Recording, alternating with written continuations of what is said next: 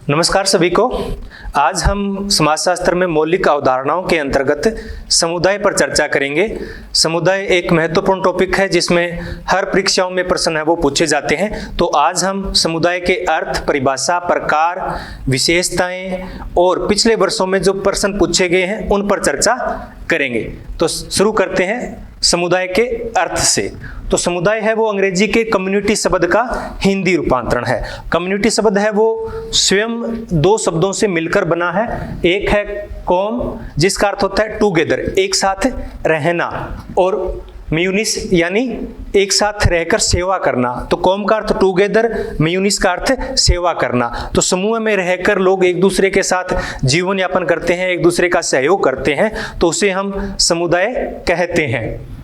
तो इस प्रकार जब लोग किसी एक क्षेत्र विशेष में एक साथ रहकर एक दूसरे का सहयोग करके जीवन यापन करते हैं तो उसे हम समुदाय कहते हैं। अब बात करते हैं समुदाय की परिभाषा की। तो अलग अलग विचारकों ने अलग अलग तरीके से समाजशास्त्र को समुदाय को परिभाषित करने का प्रयास किया है और समुदायों से बहुत सारे प्रश्न है वो पूछे जाते हैं। और अक्सर ये शिकायत रहती है कि परिभाषाएं बहुत ज़्यादा है, इनको हम याद कैसे करें। तो हम देखेंगे कि जितनी भी परिभाषाएं हैं उनके कुछ कीवर्ड्स होते हैं, उनके द्वारा हम परिभाषाओं को याद भी कर सकते हैं। तो पहले बात करते हैं जो महत्वपूर्ण अवधारणाएं हैं। जो सबसे महत्वपूर्ण अवधारणा है वो बोगार्ड्स की है। बोगार्ड्स के जो मुख्य शब्द है वो मैं लाया हूं, जैसे कि समुदाय एक सामाजिक समूह है जिसमें हम की भावना रहती है, जो एक निश्चित क्षेत्र में निवास करता है। तो बोगार्ड्स ने 3 विशेषताएं बताई है अपनी परिभाषा में। एक सामाजिक समूह है, हम की भावना और एक निश्चित क्षेत्र में। अगर ये 3 शब्द आते हैं तो वो परिभाषा बोगार्ड्स की होगी। इसी प्रकार किंग्सले डेविस के अनुसार समुदाय सबसे छोटा क्षेत्रीय समूह है। समुदाय क्या है? सबसे छोटा एक क्षेत्रीय समूह है जिसमें सामाजिक जीवन के समस्त पहलुओं का समावेश होता है। तो जिस परिभाषा में सामाजिक जीवन के समस्त पहलुओं की अगर कोई बात की जा रही है तो वो परिभाषा किंग्सले डेविस की होगी। इसी प्रकार ऑकबर्न व निमकॉम के अनुसार एक सीमित क्षेत्र के अंतर्गत रहने वाले सामाजिक जीवन के संपूर्ण संगठन को समुदाय कहते हैं। तो यहाँ क्या हो गया? एक सीमित क्षेत्र हो गया, सामाजिक जीवन का संपूर्ण संगठन। तो ये संपूर्ण संगठन है, ये परिभाषा को याद रखने के लिए महत्वपूर्ण है। आगे बात करें तो मैकआइवर पेज के अनुसार जहां कहीं एक छोटे या बड़े समूह के सदस्य एक साथ किसी निश्चित भौगोलिक सीमा में रहते हुए विशेष उद्देश्यों में भाग न लेकर सामान्य जीवन की मौलिक दशाओं में भाग लेते हैं तो उसे हम समुदाय कहते हैं। तो मैकआइवर की परिभाषा में मुख्य बात कौन सी है कि सामान्य जीवन। तो क्या है? कोई समुदाय का कोई विशेष उद्देश्य नहीं होता है, बिल्कुल सामान्य, जो अपने जन्म से लेकर मृत्यु तक की जो सामान्य जीवन है उसको हम समुदाय में शामिल करते हैं। और ये किसने कहा है? मैकआइवर ने कहा है। तो मैकआइवर को परिभाषा को याद रखने के लिए सामान्य जीवन की मौलिक दशाओं शब्द को हमें याद करना पड़ेगा। इसी प्रकार ग्रीन के अनुसार समुदाय संकीर्ण प्रादेशिक घेरे में रहने वाले उन व्यक्तियों का समूह है जो जीवन के सामान्य ढंग को अपनाते हैं। एक समुदाय एक स्थानीय क्षेत्रीय समूह है। इसी प्रकार किम्बाल यंग के अनुसार समुदाय वह समूह है जिसके सभी सदस्य एक समान संस्कृति के आदर्शों एवं मूल्यों से निर्देशित होते हैं। तो 4-5 जो परिभाषाएं ऊपर बताई थी वो बहुत महत्वपूर्ण है और ज्यादातर प्रश्न है वो उनसे भी पूछे जाते हैं, लेकिन कभी कभार इनसे भी प्रश्न पूछ लिए जाते हैं। तो इनको थोड़ा हमें याद करना अलग तरीके से पड़ेगा। इसी प्रकार मेंजर के अनुसार वह समाज जो एक निश्चित भूभाग में रहता है समुदाय कहलाता है। ये सबसे छोटी परिभाषा है।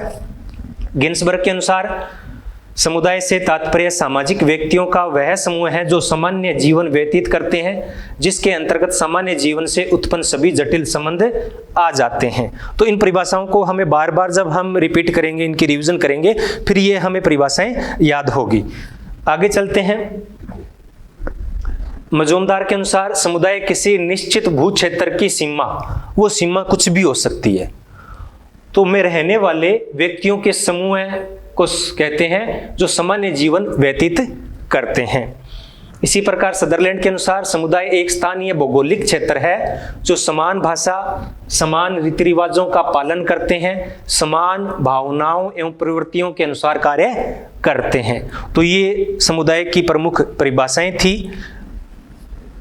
आगे हम बात करें समुदाय के मौलिक तत्वों की या विशेषताओं की, तो आगे हमें परिभाषाओं को हम गौर से देखते हैं तो उनके अंदर ही समुदाय की विशेषताएं छिपी हुई थी, जैसे कि निश्चित भौगोलिक भूभाग, सामान्य जीवन, एक निश्चित उसका दायरा।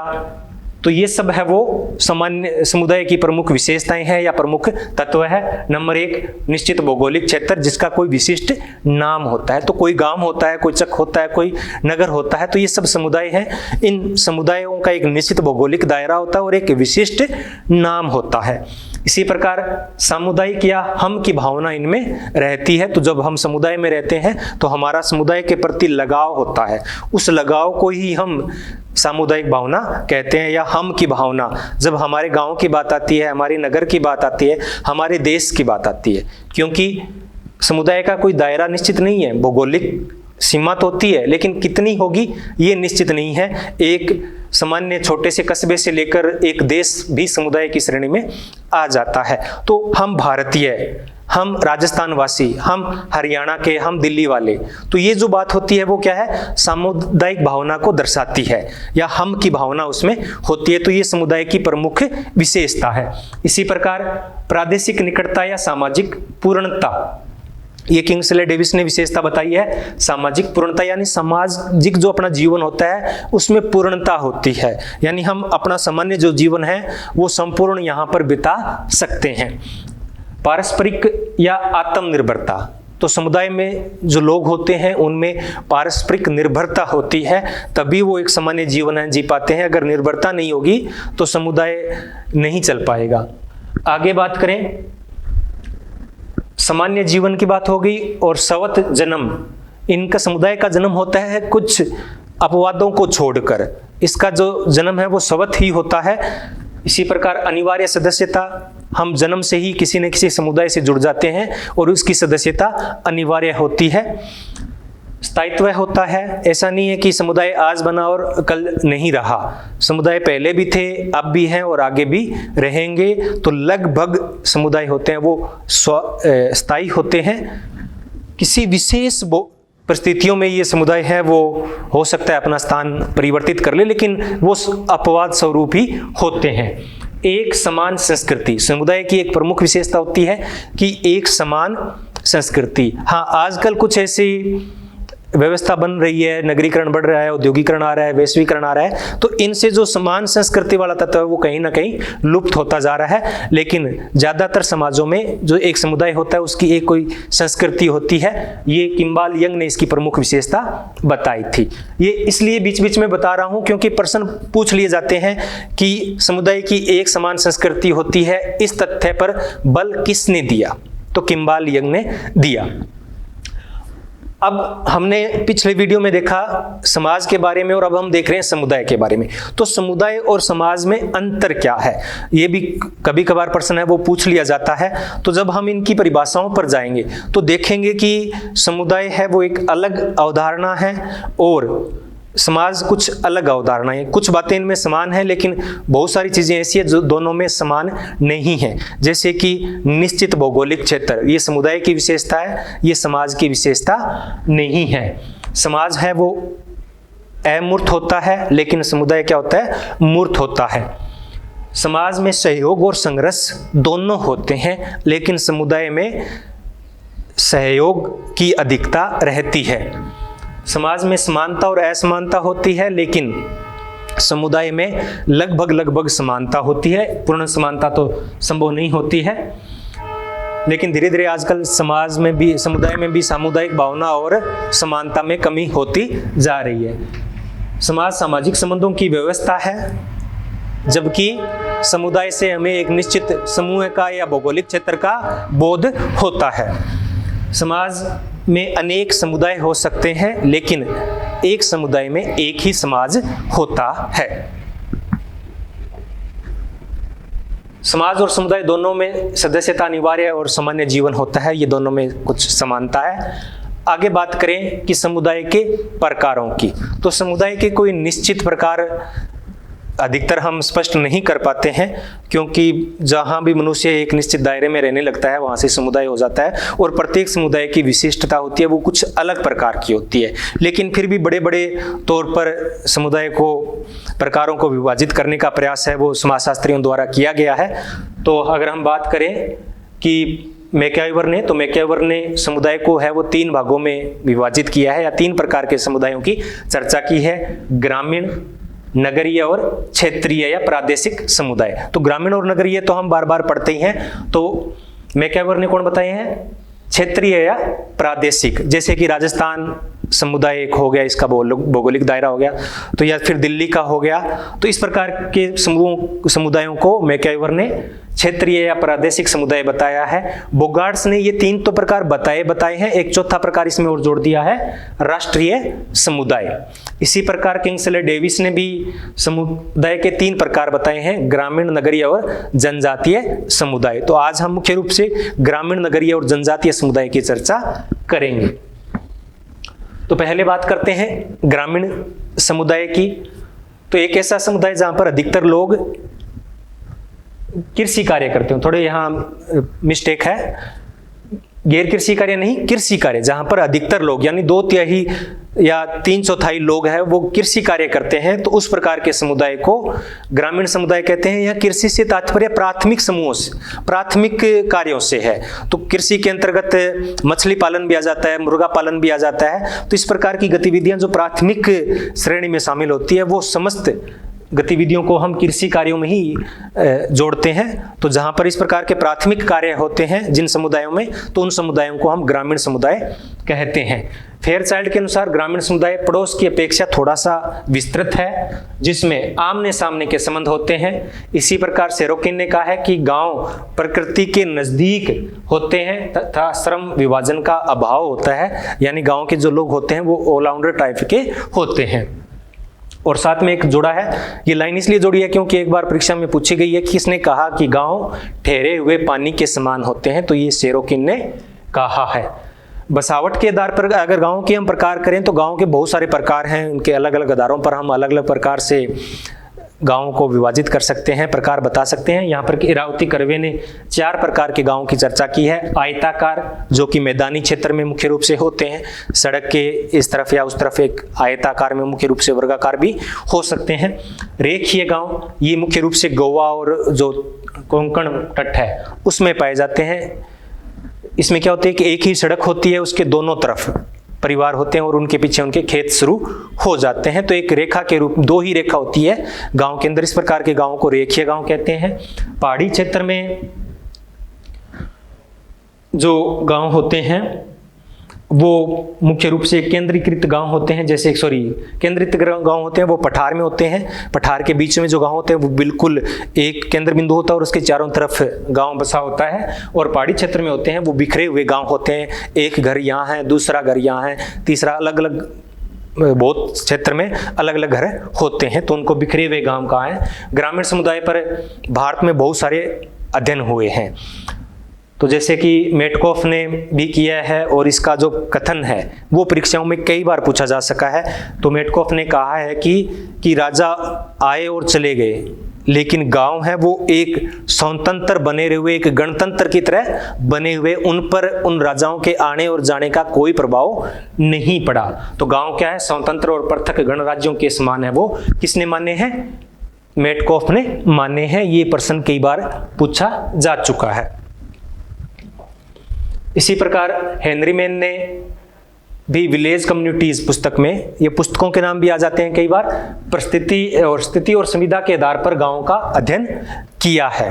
अब बात करते हैं नगरीय समुदायों की। तो नगरीय समुदाय कौन से होते हैं, तो जो ग्रामीण क्षेत्र नहीं है या ग्रामीण समुदाय नहीं है वो लगभग नगरीय समुदाय की श्रेणी में आ जाते हैं। लेकिन फिर भी इसकी 3 विशेषताओं पर विशेष ध्यान दिया जाता है या परिभाषित करने का प्रयास किया जाता है कि एक तो उसकी जनसंख्या है वो 5000 से अधिक हो, दूसरा उसका जो जनसंख्या घनत्व है वो 400 व्यक्ति प्रति वर्ग किलोमीटर से अधिक होना चाहिए, और सबसे महत्वपूर्ण बात है वो है कि वहां पर अधिकतर लोग गैर कृषि कार्यों में संलग्न होने चाहिए। तो ग्रामीण समुदाय में अधिकतर लोग कृषि कार्यों में और नगरीय समुदायों में अधिकतर लोग गैर कृषि कार्यों में अर्थात द्वितीयक और तृतीयक श्रेणी के जो कार्य होते हैं उनमें शामिल होते हैं। 3/4 की लगभग ये चर्चा की गई है। पारक व बर्गेस के अनुसार नगर अकेले व्यक्तियों या सामाजिक सुविधाओं का पुंज नहीं है। क्या है कि नगर केवल ऐसा नहीं है कि सुविधाएं बढ़ने से वो नगर बन जाता है, बल्कि एक मानसिक दशा, परंपराओं, प्रथाओं का एक समूह है। इसी प्रकार सोमवर्ट के अनुसार नगर वह स्थान है जो कि इतना बड़ा है कि उसके निवासी परस्पर एक दूसरे को पहचानते नहीं हैं। व्यवसाय, जनसंख्या, बसावट के आधार पर नगरों को कई भागों में विभाजित किया जा सकता है। बसावट के आधार पर, जनसंख्या के आधार पर हम जैसे कि जिनकी आबादी 1 करोड़ से अधिक होती है उनको हम किस नाम से जानते हैं? मेगा सिटी के नाम से जानते हैं। वृहद नगर कहते हैं कि ये कुछ नगर है वो बड़े बड़े नगरों से मिलकर बने होते हैं। 10 लाख से अधिक जो शहर होते हैं उनको हम मेट्रो सिटी के नाम से जानते हैं। इसी प्रकार नगर ये एक समुदाय नहीं है, एक जीवन शैली भी है। ये किसका मानना है? ये मानना है लुईस वर्थ का। उन्होंने 1938 में नगरवाद की अवधारणा देते हुए इसे एक जीवन पद्धति माना है। जो अपने समाजशास्त्र में, भारत में समाजशास्त्र के जनक के तौर पे हम जानते हैं या शुरुआत करने वाले जानते हैं तो पैट्रिक गिड्स। तो उनका भी जो अध्ययन का मुख्य विषय था वो नगर, ये समुदाय ही थे। इन्होंने अपनी पुस्तक सिटीज इन इवोल्यूशन में भी समुदाय को, ऐसे समुदायों को जो सुविधापूर्ण है उनको नगर कहा है। अब बात करते हैं ग्रामीण और नगरीय समुदाय में अंतर। तो अंतर ढूंढना कोई बड़ी बात नहीं है, प्रश्न कम ही आते हैं, लेकिन फिर भी हम अगर प्रश्न पूछे भी जाएं तो ग्रामीण और नगरीय समुदाय में आसानी से अंतर कर सकते हैं। जनसंख्या के आधार पर कर सकते हैं, जनसंख्या अधिक होती है, जनसंख्या कम होती है, जनसंख्या घनत्व के आधार पर, कृषि कार्यों के आधार पर, या इसके अलावा और बहुत सारे ऐसे हैं जैसे परंपराओं के महत्व के आधार पर, धर्म के आधार पर, जाति के आधार पर, सामाजिक सत्रीकरण के आधार के आधार पर। सामाजिक सत्रीकरण का आधार है, गांव में जाति होता है, नगरों में वर्ग होता है। सामाजिक समूह में, समूह की बात करें तो गांव में प्राथमिक समूहों की प्रधानता होती है, नगरों में द्वितीयक समूह की प्रधानता होती है। धर्म और परंपराओं का महत्व गांव में अधिक होता है, नगरों में कम होता है। सामाजिक नियंत्रण होता है, गांव में अनौपचारिक प्रकार का होता है, नगरों में औपचारिक प्रकार का होता है। घनिष्ठता के आधार पर करें तो गांव प्रकृति के साथ घनिष्ठ रूप से संबंधित होते हैं, उनके साथ घनिष्ठता होती है। नगरों में प्रकृति के साथ घनिष्ठता का भाव होता है। तो इस प्रकार गांव और नगरीय समुदाय में हम बहुत सारे आधारों पर अंतर कर सकते हैं। जनजातीय समुदाय की बात करें तो आदिम जीवन पद्धति जीने वाले समुदाय को हम जनजातीय समुदाय कहते हैं। फिर भी अगर इसकी परिभाषा देनी हो तो एक निश्चित भौगोलिक क्षेत्र में रहने वाले व्यक्तियों का समूह है जिनकी एक समान भाषा, समुदाय में तो समान भाषा होती है लेकिन जनजातीय समुदाय में एक ही भाषा होती है, एक ही संस्कृति होती है, एक ही प्रकार के रीति रिवाज होते हैं। तो लिंटन ने भी लिखा है कि जनजाति अपने सरलतम स्वरूप में दलों का एक समुदाय है जो समीपवर्ती क्षेत्रों में निवास करते हैं, जिनमें एकता की भावना होती है। तो ये लिंटन की परिभाषा है।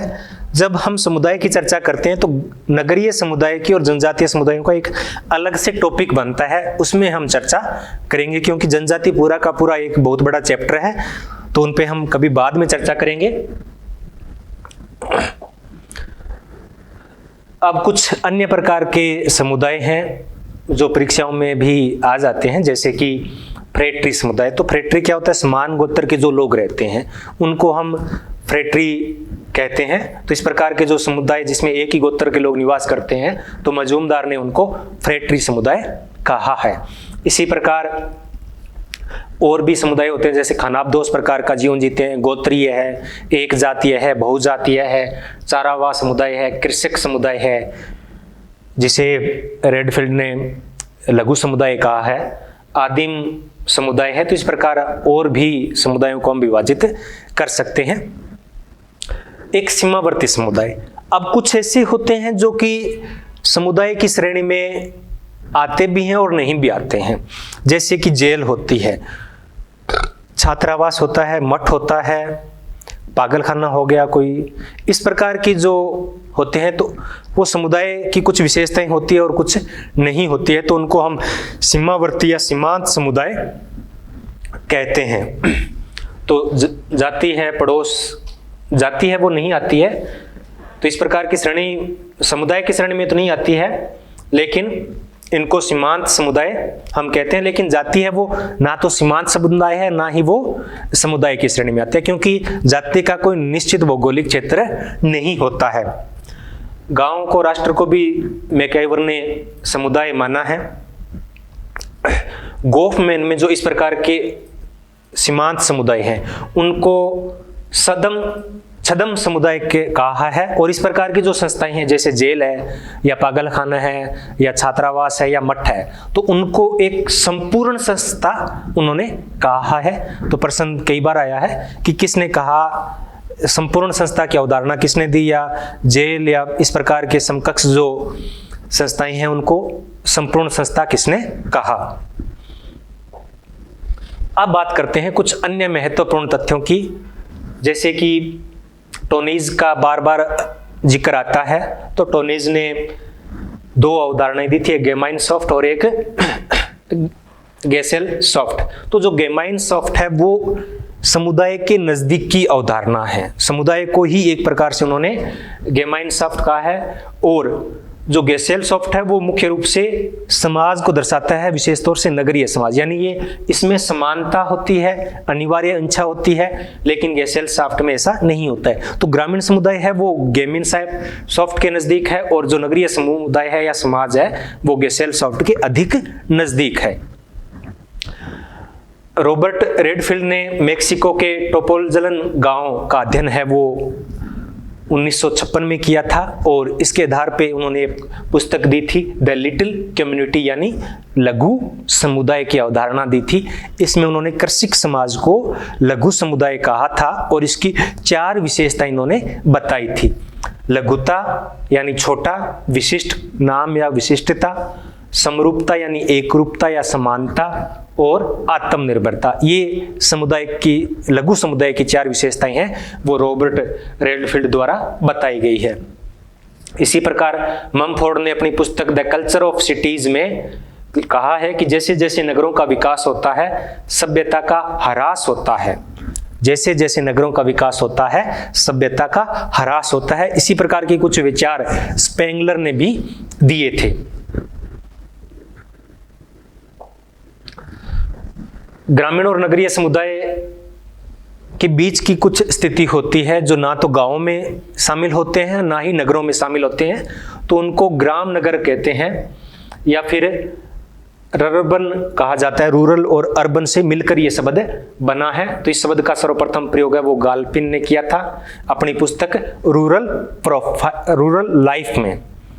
तो थोड़ा सा ये रूरल लाइफ किसकी हो जाएगी, गाल्फिन की हो जाएगी। और इसी प्रकार की एक बुक और थी जिसका मजूमदार द्वारा लिखी गई थी, रूरल प्रोफाइल।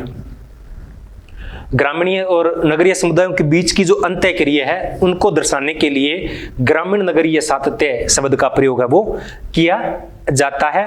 तो सोरोकिन और जिमरमैन ने इस शब्द या इस अवधारणा को सर्वप्रथम दिया था। तो ये दोनों अलग अलग हैं, ये दोनों के बीच की स्थिति को दर्शाने के लिए है ग्राम नगर, और ये ग्रामीण और नगरीय सातत्य है ये दोनों के बीच की अंतःक्रिया को दर्शाने के लिए है।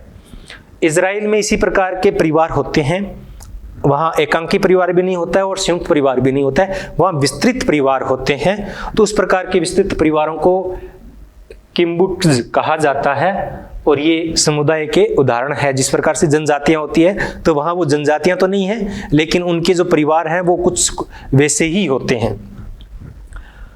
मजूमदार ने गांव को एक जीवन विधि के रूप में माना है। अब जब हमने बात की थी रेडफील्ड की, तो रेडफील्ड ने जो लघु समुदाय की अवधारणा दी थी तो उसका परीक्षण है वो BS चौहान ने भी किया था ये राजस्थान विलेज में।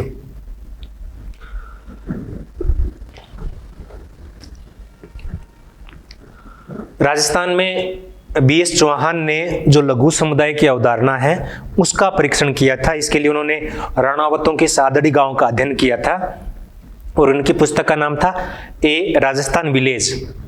इसी प्रकार BS चौहान की एक पुस्तक और है 6 विलेज ऑफ राजस्थान, राजस्थान के 6 गांव, और एक ये है ए राजस्थान विलेज जिसमें उन्होंने रणावतों की सादड़ी गांव का अध्ययन किया था। तो इसमें उन्होंने लघु समुदाय की अवधारणा का परीक्षण किया और केवल 2 विशेषताओं को उन्होंने यहाँ पर पाया, लघुता और विशिष्टता, लघुता और विशिष्टता।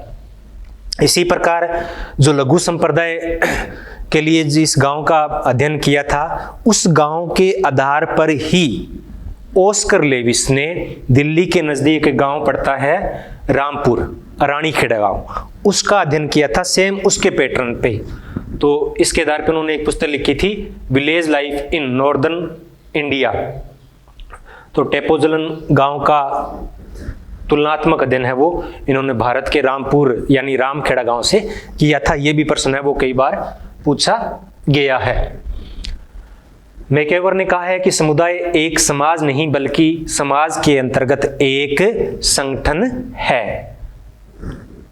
द कल्चर ऑफ सिटीज और the city of history Mumford की किताबें हैं, पुस्तकें हैं। कुछ और भी ग्रामीण समुदायों का अध्ययन हुआ है तो उनके आधार पे पुस्तकें लिखी गई है, तो उनका यहाँ पर जिक्र करता हूँ। अन इंडियन विलेज या इंडियन विलेज ये एसी द्वारा लिखी गई है 1955 में। 1955 में ही विलेज इंडिया लिखी थी मैकिम मेरियट ने। तो मैकिम मेरियट की पुस्तक का नाम क्या है? Village India. और इंडियन विलेज इसका उल्टा ये है एसी दुबे की इंडियाज विलेज या भारत के गांव, ये लिखी है MN श्रीनिवास ने। ये राजस्थान विलेज BR चौहान ने, बिरजलाल चौहान ने। इंडियाज चेंजिंग विलेजेज, भारत में ग्रामों में परिवर्तन की जो बात पुस्तक लिखी है वो है एसी दुबे की। तो इस प्रकार से समुदाय टॉपिक से बहुत सारे प्रश्न है वो इस वीडियो के माध्यम से हमने हल किए हैं। फिर भी अगर आपका कोई और क्वेश्चन बनता है जो कि इसमें नहीं आया है तो आप कमेंट बॉक्स में लिख सकते हैं। धन्यवाद।